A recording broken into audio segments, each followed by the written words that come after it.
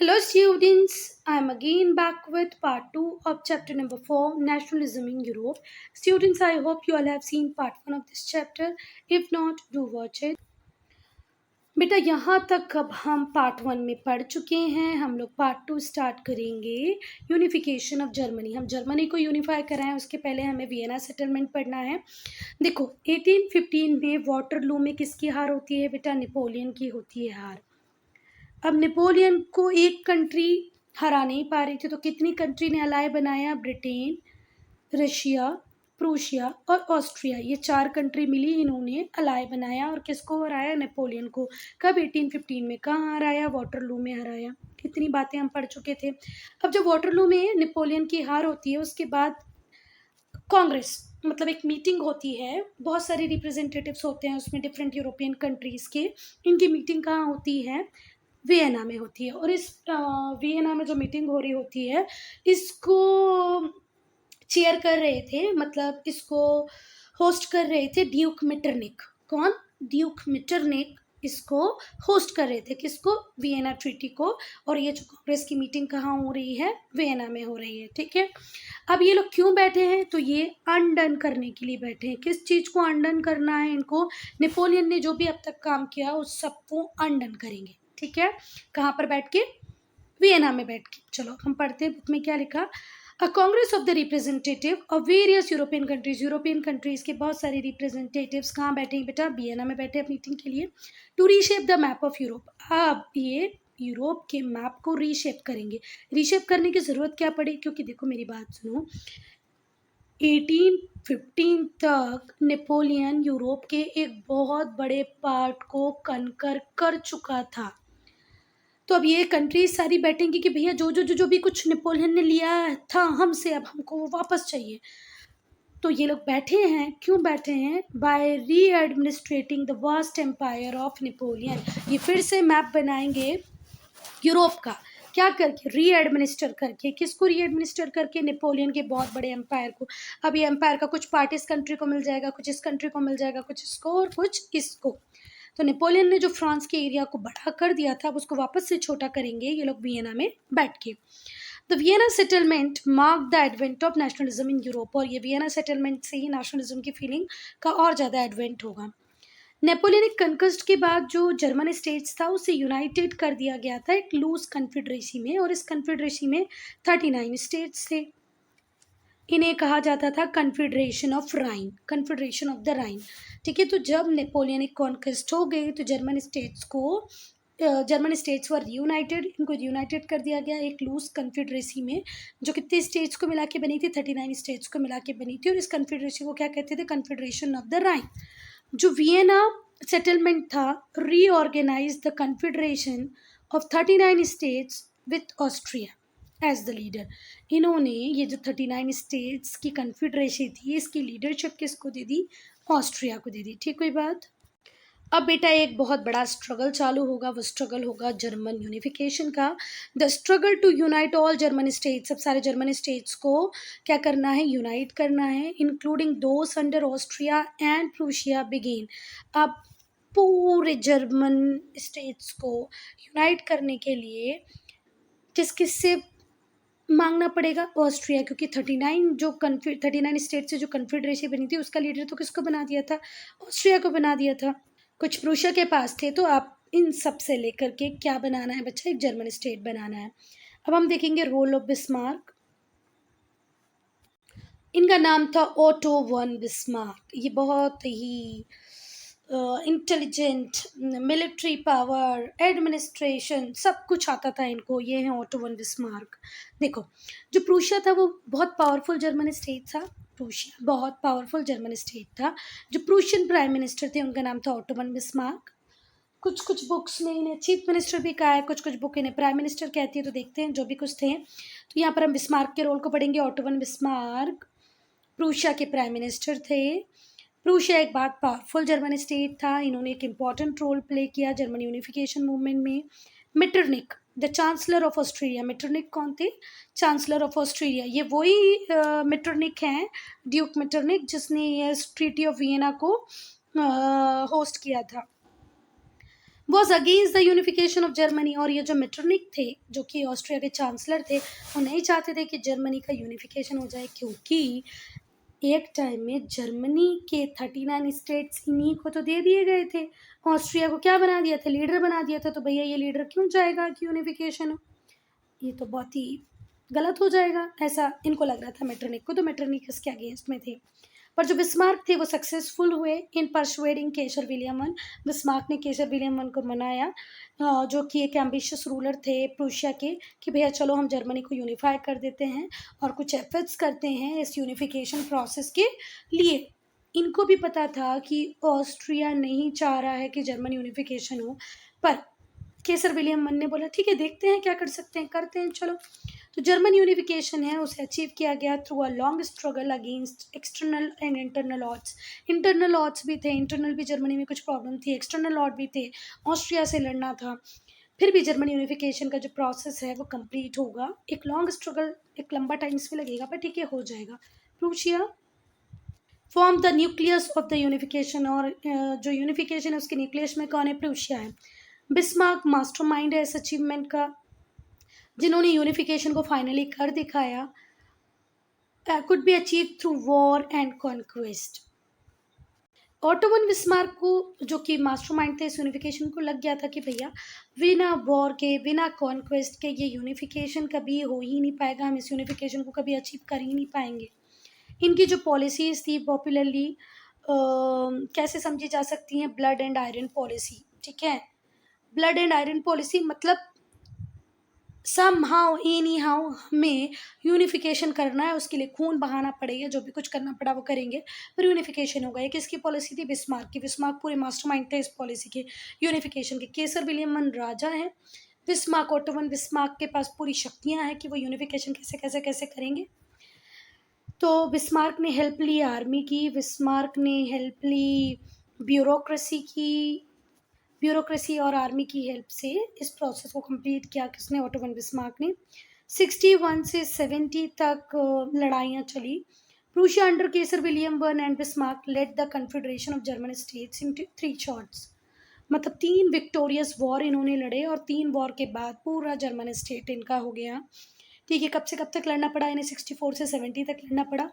पहला वॉर हुआ डेनमार्क के साथ, ठीक है, 64 में। दूसरा ऑस्ट्रो प्रूशियन वॉर हुआ 1866 में।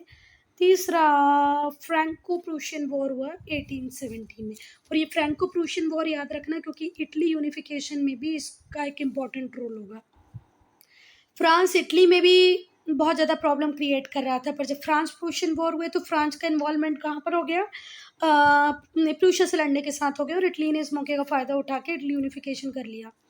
चलो, तो 1864 से 70 तक केसर विलियम वन और बिस्मार्क ने 3 विक्टोरियस वॉर किए। एक किया 64 में, दूसरा किया 66 में, तीसरा किया 70। किस किस के साथ? DAF, डेनमार्क, ऑस्ट्रिया, फ्रांस के साथ। एक 64 में, एक 66 में और एक 70 में। और जैसे ये तीनों वॉर ख़त्म हुए, प्रूशिया की जीत हुई, तो यहीं पर हो जाता है यूनिफिकेशन ऑफ जर्मनी। फ्रांस बहुत होस्टाइल था, उसे बिल्कुल पसंद नहीं आ रहा था जर्मन यूनिफिकेशन की प्रोसेस। तो they attack the southern states, इन्होंने सदर्न स्टेट्स पे अटैक करना चालू किया, मतलब जो जर्मन टेरिटरी का साउथ वाला पार्ट है उस पर उन्हें डिफीट कर दिया गया प्रूशिया द्वारा। और जो सदर्न स्टेट्स थे उन्होंने भी जर्मन कन्फेडरेसी को ज्वाइन कर लिया 1871 में। और यहाँ पर पूरा यूनिफिकेशन का प्रोसेस कंप्लीट हो जाता है 1871 में। 1870s में तो फ्रैंको प्रूशियन वॉर हुए, और उसके बाद 1871 में फिर से जो सदर्न स्टेट्स पे हमला किया था फ्रांस ने, उसमें भी वो हारता है, और 71 में पूरा प्रोसेस यूनिफिकेशन का कंप्लीट हो जाता है। इस यूनिफिकेशन के बाद क्या रिफॉर्म हुए? जैसे यूनिफिकेशन कंप्लीट हुआ, जो बिस्मार्क था उसने बहुत सारी इंडस्ट्रीज़ इंट्रोड्यूस की, बहुत सारे रिफॉर्म्स लेके आया एजुकेशन में, साइंस में, कॉमर्स में, इंडस्ट्री में। ठीक है, बिस्मार्क ने यूनिफिकेशन करा के जर्मनी को ऐसे ही नहीं छोड़ दिया बेटा, उसने बहुत सारी इंडस्ट्रीज़ लेके आया। पीएम था आखिर, बहुत सारी इंडस्ट्रीज़ लाया, सुधार लाया एजुकेशन में, साइंस में, कॉमर्स में, इंडस्ट्री में। Hence Bismarck was rightly called Iron Man of Germany. जैसे हमारे इंडिया में आयरन मैन हम सरदार वल्लभ भाई पटेल को कहते हैं, वैसे ही जर्मनी में बिस्मार्क को आयरन मैन ऑफ जर्मनी कहा जाता है. ठीक है. Now unification of Italy. Italy enjoyed undisputed leadership of Europe. Europe की अनडिस्प्यूटेड मतलब जिसको कोई ना बोल ही नहीं सकता ऐसी लीडरशिप थी किसके पास, इटली के पास, जब ये था holy Roman empire. But after the renaissance and reformation, एक टाइम आया यूरोप में, रिनाइसेंस पीरियड आया, रिफॉर्मेशन आया, तो जो इटली था इसकी ग्लोरी खत्म हो गई. ठीक है. और जो कांग्रेस ऑफ वियना थी उसने भी इटली को छोटे छोटे स्टेट्स में डिवाइड कर दिया. 1815 के बाद जो वियना कांग्रेस बैठी थी उसने इटली को छोटे छोटे स्टेट्स में डिवाइड कर दिया. They were either directly ruled by strongly influenced by the prevailing European power, particularly Austria. देखो इन पे या तो डायरेक्टली रूल करता कोई रूलर, या तो ये स्ट्रांगली उन कंट्रीज के इन्फ्लुएंस में थे जो ट्रीटी ऑफ वियना में चौधरी बन के बैठी थी, जिन्होंने नेपोलियन को हराया था. नेपोलियन को हराने के लिए साथ में कौन आए थे? ब्रिटेन, प्रूशिया, ऑस्ट्रिया और रशिया. ठीक हुई बात. तो ऑस्ट्रिया बहुत अपने आप को ज़्यादा समझने लगा था, तो ऑस्ट्रिया का इन्फ्लुएंस था. ठीक हुई बात.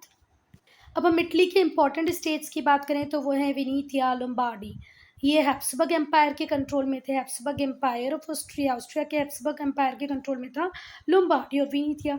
जो पपल स्टेट्स थे रोम के, रोमाग्ना और रोबाग्ना और अर्बीनो, इनको रूल कर रहे थे पोप. फिर से ध्यान से सुनना, विनीथिया और लुम्बार्डी के ऊपर कंट्रोल था हैब्सबर्ग एम्पायर ऑफ ऑस्ट्रिया का.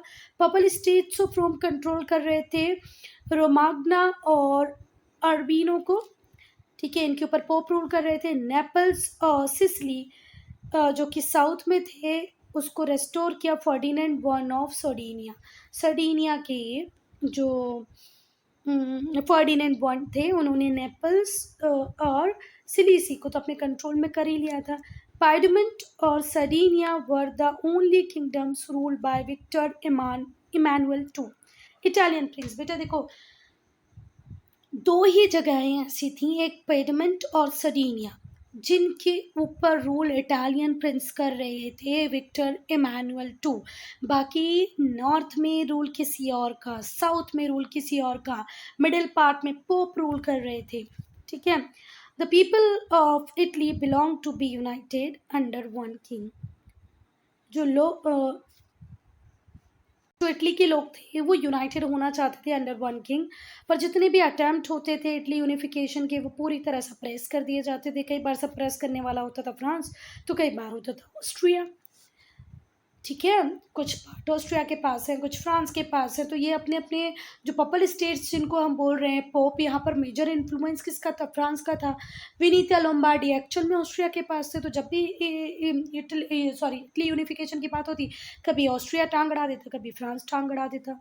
लीडर्स ऑफ द यूनिफिकेशन, तो जो इटली यूनिफिकेशन का प्रोसेस था जिससे रिस और गी मैंटो भी कहते हैं, जहाँ पर पॉलिटिकल और कल्चरल रिसरेक्शन होता है इटली का, इसको 4 ग्रेट मैन, इटली के 4 महान आदमी पूरा करते हैं.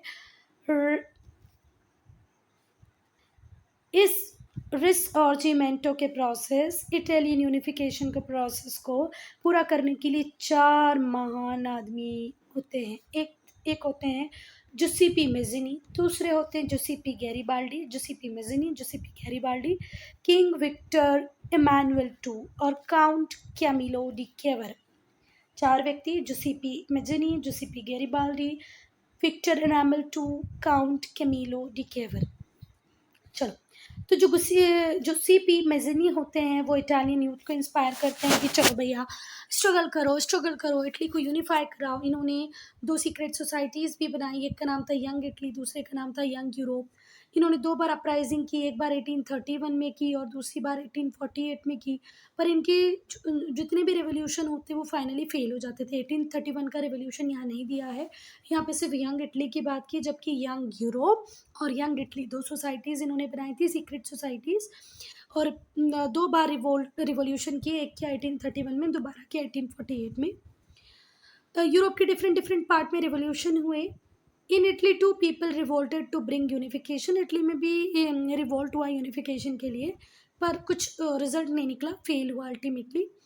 जो लीडरशिप थी इटालियन यूनिफिकेशन की वो फाइनली किसके हाथों में आई? विक्टर एमल टू के हाथों में आई और काउंट कैमिलियो केवर के हाथों में आई. विक्टर इमैनुअल टू की अगर हम बात करें तो ये इटालियन रूलर थे. एक बहुत ही स्मॉल आइलैंड जिसे हम कहते हैं सरडिनिया एंड पाइडमेंट. सरडिनिया और पाइडमेंट के रूलर थे, इटालियन रूलर थे विक्टर एमैनुअल टू. काउंट केवर इनके प्राइम मिनिस्टर थे. बहुत इंटेलिजेंट और डिप्लोमेटिक लीडर थे. कैटापुलेटेड मतलब किसी चीज़ को बढ़ावा दे देना. तो इन्होंने पाइडमेंट को एक अच्छी लीडरशिप दी इटालियन यूनिफिकेशन में. ही enjoyed complete support of the king. और ये जो काउंट केवर थे जिन्हें प्राइम मिनिस्टर, देखो कुछ बुक पता नहीं क्यों इन्हें सीएम भी कहती है, कुछ बुक इन्हें पीएम कह रही है. ठीक है, सीएम है तो ठीक है, पीएम है तो ठीक है. तो जो काउंट केवर थे इन्हें पूरा सपोर्ट मिला था विक्टर एनामल टू का. एक खुद तो डिप्लोमेटिक थे, इंटेलिजेंट थे, इन्हें फ्रेंच लैंग्वेज बहुत अच्छे से आती थी. कौन सी भाषा बहुत अच्छे से आती थी? फ्रेंच लैंग्वेज बहुत अच्छे से आती थी. And the people in unifying. तो लोग भी काउंट केवर को सपोर्ट कर रहे थे, किंग भी सपोर्ट कर रहे थे, और इन दोनों के सपोर्ट से काउंट केवर ने इटली यूनिफिकेशन करा ही दिया. काउंट केवर ने एक प्लान दिया विक्टर एनामल टू को कि भाई हम पहले फ्रांस को ज्वाइन करते हैं, ब्रिटेन को ज्वाइन करते हैं against Russia in the Crimean war. पहला जो वॉर होगा क्रीमियन वॉर होगा. तो जो काउंट केवर है वो इमैनुअल को कह रहे हैं कि देखो अकेले हम लड़ेंगे तो हम शायद रशिया से हार जाएं, तो क्यों ना फ्रांस का और ब्रिटेन का सपोर्ट ले लेते हैं क्रीमियन वॉर में.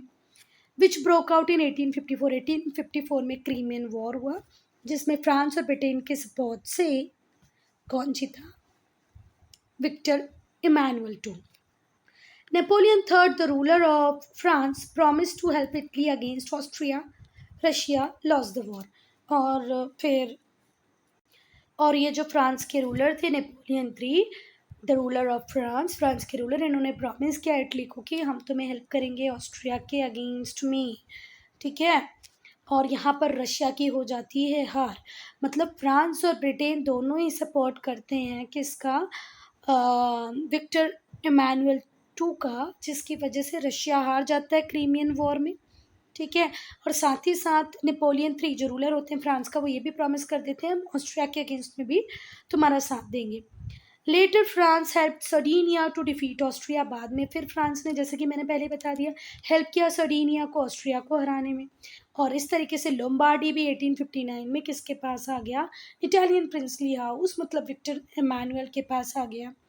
तो फ्रांस ने दो बार हेल्प किया. एक बार रशिया को हराने में भी हेल्प किया 1854 में, दूसरी बार 1859 में फिर हेल्प किया ऑस्ट्रिया को हराने में. 1866 में इटली ज्वाइन प्रूशिया. इटली ने प्रूशिया को ज्वाइन किया अगेंस्ट ऑस्ट्रिया. जब ऑस्ट्रो प्रूशियन वॉर चल रहे थे, ऑस्ट्रो प्रूशियन वॉर देखो मैंने ऊपर तभी बोला था कि ये ध्यान रखना. कहाँ गए ऑस्ट्रो प्रूशियन वॉर? एक मिनट. ये ऑस्ट्रो प्रूशियन वॉर, तो यहाँ पर जर्मनी को सपोर्ट कर रहा है कौन बेटा? इटली. कौन सपोर्ट कर रहा है? इटली. फिर से सुनो, 1866 में इटली ने ज्वाइन किया प्रूशिया को against Austria in Austro Prussian war and got Venetia as a gift from Prussia. और प्रूशिया बहुत खुश हुआ इटली के साथ देने से. तो प्रूशिया ने बेटा जो वेनेशिया था वो गिफ्ट कर दिया किसको? इटली को. क्या बात समझ में आ गई? जो अपने केवर हैं, ठीक है, बहुत ही इंटेलिजेंट हैं, वो रशिया को हराने के लिए फ्रांस और ब्रिटेन का सपोर्ट ले रहे हैं. ठीक है, ऑस्ट्रिया को हराने के लिए फ्रांस का सपोर्ट ले रहे हैं. फिर उन्होंने जब ऑस्ट्रो प्रूशियन वॉर चल रहे थे तो प्रूशिया को सपोर्ट कर दिया. इटली ने प्रूशिया को ज्वाइन कर लिया. फिर प्रूशिया ने गिफ्ट में वेनेशिया दे दिया किसको? हमारे इटली को. तो धीरे धीरे कड़ी से कड़ी जुड़ती जा रही है. 1870 में जब फ्रैंको प्रूशियन वॉर हो रहे थे, फिर से फ्रैंको प्रूशियन वॉर मैंने बोला था ना, याद रखना. अब यहाँ पर खुद क्या होगा? फ्रांस के जो ट्रूप्स होंगे वो रिमूव कर लिए जाएंगे रोम से. वो रोम जहाँ पर पोप कंट्रोल कर रहे थे, इटली का वो पार्ट जहाँ पर पोप का कंट्रोल था, वहाँ पर फ्रेंच जो आर्मी थी वो भी पोप को सपोर्ट कर रही थी अगेंस्ट इटली. पर जब अब खुद फ्रैंको प्रूशियन वॉर हो रहे हैं, देखो फिर से बताती हूँ, ये जो फ्रैंको प्रूशियन वॉर हो रहे हैं इसमें फ्रांस सब इन्वॉल्व हो गया प्रूशिया के साथ। तो इटली ने इस मौके का उठाया फ़ायदा और जिस मिडिल पार्ट पे पोप रूल कर रहे थे, जैसे ही फ्रांस के ट्रूप वहाँ से विड्रॉ हुए, इटली ने फटाफट से वहाँ पर कंट्रोल कर लिया। फिर से देखो 1817 में जब फ्रैंको प्रूशियन वॉर चल रहा था, तो जो फ्रेंच ट्रूप से उन्हें रिमूव किया गया था रोम से, इस अपॉर्चुनिटी को उठाया विक्टर एनामल टू में और रोम में एंटर हुए और रोम को भी जीत लिया 1871 में। ठीक है बात। Thus, the unification of Italy completed in 1871 और 1871 में इटली यूनिफिकेशन कंप्लीट होता है और रोम बनता है इसका कैपिटल। रोमन क्वेश्चन, जो इटालियन थे उन्होंने एक्सेप्ट कर लिया विक्टर एनामल टू को एज देयर किंग। जो इटालियन पार्लियामेंट थी उसने लॉ पास किया, लॉ ऑफ गारंटीज। जो अथॉरिटी थी पोप की उसे कन्फाइंड कर दिया गया सिर्फ और सिर्फ वेटिकन सिटी तक था। वेटिकन सिटी स्मॉलेस्ट कंट्री है वर्ल्ड की। वेटिकन सिटी पूरी दुनिया की सबसे छोटी सिटी है। As the 2011 the number of people with Vatican citizenship was 594। सिर्फ 594 लोग रहते हैं, 594, 594 लोगों को ही वेटिकन सिटी की सिटीजनशिप मिली हुई है। Pope Francis was appointed to the office on 13 March 13। Pope Francis आप देखना बहुत ही सुंदर से प्यारे से पोप है, इन्हें अपॉइंट कर दिया गया था 13 मार्च 2013 में। 13 मार्च 2013 में अपॉइंट हुए थे पोप फ्रांसिस। और कितने लोग रह रहे हैं, कितनों के पास सिटीजनशिप है? 594। वेटिकन सिटी पूरी दुनिया की सबसे छोटी सिटी है। 2011 की जो जनगणना मतलब जो काउंट हुआ होगा उसके अकॉर्डिंग 594 ही वहाँ पर कौन थे, लोग थे, सिटीजन्स थे। चलो, तो पोप को सिर्फ कन्फाइन करके रख दिया इन लोगों ने वेटिकन सिटी तक। जो पोप थे उन्हें पावर दी गई कि वो अपनी पॉलिटिकल और जो रिलीजियस एक्टिविटी है वो करेंगे, पर कहाँ ही करेंगे, सिर्फ वेटिकन सिटी में ही करेंगे।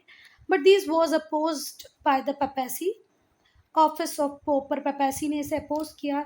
जो डिस्प्यूट था पोप और इटालियन गवर्नमेंट के बीच में उसे पॉपुलरली कहा गया रोमन क्वेश्चन। ठीक है, फिर पूछेगा what do you mean by Roman question, तो क्या बोलोगे? The dispute between the Pope and the Italian government is known as Roman question. और रोमन क्वेश्चन के ऊपर जो डिबेट था वो बहुत टाइम तक चलता रहा।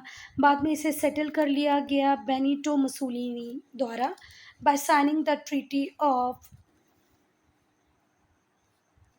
कौन सी ट्रीटी यहाँ पर साइन हुई? लेटरन ट्रीटी। लेटरन ट्रीटी यहाँ पर साइन हुई, जिसको साइन किया बेनिटो मुसोलिनी ने। बेनिटो मुसोलिनी का वर्ल्ड वॉर 2 में इम्पॉर्टेंट रोल रहेगा। तो वर्ल्ड वॉर 2 में बेनिटो मुसोलिनी को जानो समझो सुनो, बहुत बढ़िया रोल था इनका। थोड़े पगले से थे ये भी, पर ठीक है चलो, थे तो थे। तो जो रोमन क्वेश्चन था वो फाइनली सेटल हुआ। सेटल करने वाले थे बेनिटो मुसोलिनी के ट्रीटी के थ्रू हुआ, लेटरन ट्रीटी के थ्रू हुआ। लेटरन ट्रीटी के थ्रू हुआ 20th सेंचुरी में। इस ट्रीटी के अकॉर्डिंग जो पोप था उसे एब्सोल्यूट सोवरेनिटी दे दी गई ओवर द वेटिकन सिटी, कि भैया वेटिकन सिटी में जो नियम कानून आपको बनाना है बनाते रहो। So student, I'm ending this video here. Only if you have any doubt, any problem, to write in comment section. If you have any suggestion, then too.